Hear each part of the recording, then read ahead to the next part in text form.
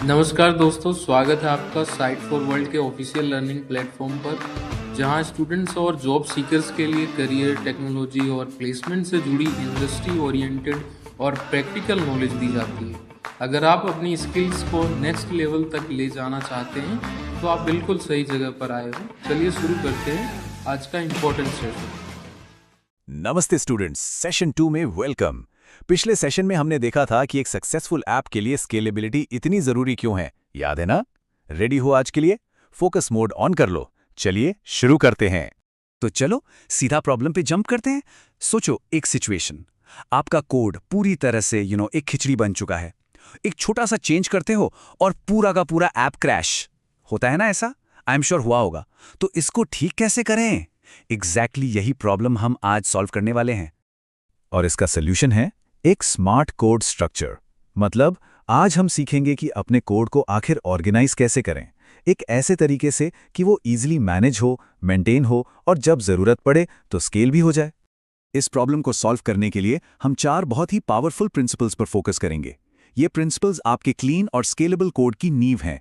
पहला, modular architecture. दूसरा, model view controller, जिसे हम MVC कहते हैं। फिर डोंट रिपीट योरसेल्फ यानी DRY प्रिंसिपल। और आखिर में वर्जन कंट्रोल, जिसके लिए हम गिट जैसे टूल्स यूज करते हैं। तो सबसे पहले मॉड्यूलर आर्किटेक्चर। इसका मतलब बहुत सिंपल है, अपने पूरे एप्लीकेशन को छोटे छोटे इंडिपेंडेंट पार्ट्स यानी मॉड्यूल्स में तोड़ दो। सोचो, यूजर मैनेजमेंट एक अलग मॉड्यूल, पेमेंट सिस्टम एक अलग मॉड्यूल और प्रोडक्ट सर्च एक अलग मॉड्यूल। इससे होता क्या है, हर पार्ट को अलग से डेवलप करना, टेस्ट करना और स्केल करना बहुत आसान हो जाता है। समझ आ रहा है? सिंपल है ना? अच्छा, अब आते हैं एक सुपर पावरफुल पैटर्न पे, MVC मतलब मॉडल व्यू कंट्रोलर। अब ये है क्या? ये बेसिकली एक सॉफ्टवेयर डिजाइन पैटर्न है, एक ब्लूप्रिंट समझ लो, जो आपके पूरे कोड के लॉजिक को 3 अलग अलग लेकिन आपस में कनेक्टेड हिस्सों में डिवाइड कर देता है। ध्यान से सुनना, ये कॉन्सेप्ट इंटरव्यू के लिए भी बहुत इंपॉर्टेंट है। फोकस बनाओ, है ना? स्क्रीन पे देखो। देखो, ये डायग्राम पूरे MVC फ्लो को कितने अच्छे से दिखाता है। जब कोई यूजर रिक्वेस्ट भेजता है तो वो कैसे इन 3 कंपोनेंट से, कंट्रोलर, मॉडल और व्यू से होकर जाती है और फिर यूजर को फाइनल आउटपुट दिखता है। एसेंशियली ये लॉजिक को प्रेजेंटेशन से अलग करने का एक बहुत ही स्मार्ट तरीका है। चलिए इसको स्टेप बाय स्टेप तोड़कर समझते हैं। स्टेप 1, ब्राउजर से एक रिक्वेस्ट आई। स्टेप 2, कंट्रोलर ने उस रिक्वेस्ट को पकड़ा। कंट्रोलर यहाँ ट्रैफिक पुलिस की तरह है, जो डिसाइड करता है कि रिक्वेस्ट को आगे कहाँ भेजना है। स्टेप 3, कंट्रोलर अब मॉडल की हेल्प से सारा डेटा प्रोसेस करता है। मॉडल आपके डेटाबेस से बात करता है, सारा डेटा लाता है। स्टेप 4, जो भी डेटा प्रोसेस हुआ है वो व्यू को दे दिया जाता है। और आखिरी स्टेप 5, व्यू उस डेटा को लेकर एक सुंदर सा फाइनल HTML पेज बना देता है, जो यूजर को स्क्रीन पर दिखता है। ठीक है, क्लियर हुआ फ्लो? तो अभी क्या सीखा बताओ? इस पूरे सेपरेशन का, इस अलग अलग करने का पर्पस क्या है? हम मॉडल, व्यू और कंट्रोलर को अलग क्यों रखते हैं? सोचो, इसका सबसे बड़ा फायदा है सेपरेशन ऑफ कंसर्न्स।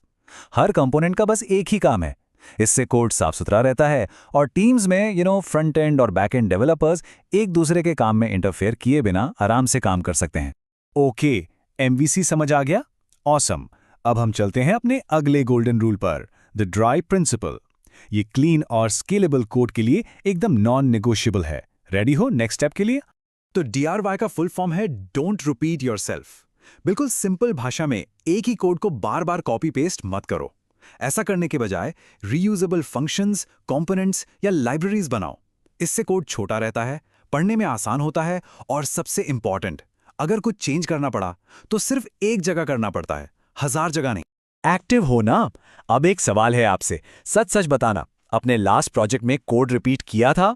सोचो, कहीं तो किया होगा।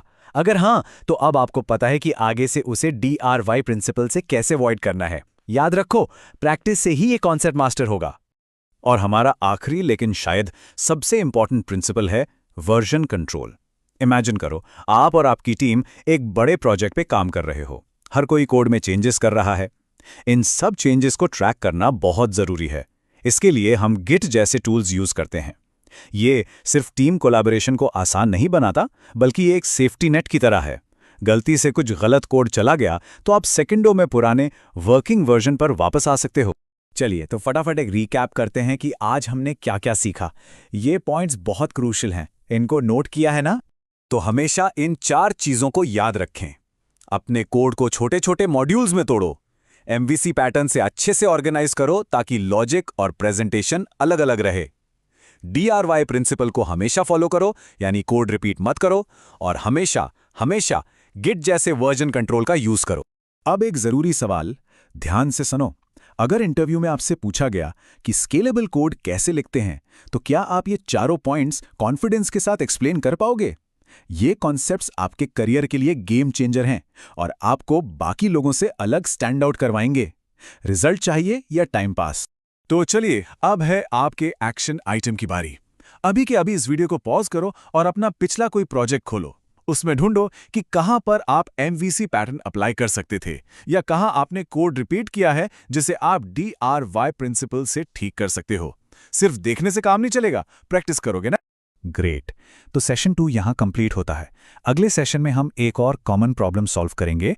मेरी ऐप स्लो हो रही है, हम इसको ठीक करेंगे डेटाबेस ऑप्टिमाइजेशन सीखकर। तो रेडी रहना, और हाँ, अगर कोई भी डाउट है तो कमेंट सेक्शन में जरूर पूछना। मिलते हैं अगले। तो हमारे चैनल को सब्सक्राइब कीजिए और वीडियो को अपने दोस्तों के साथ शेयर जरूर कीजिए। कमेंट सेक्शन में अपना डाउट या नेक्स्ट टॉपिक लिखना मत भूलिएगा।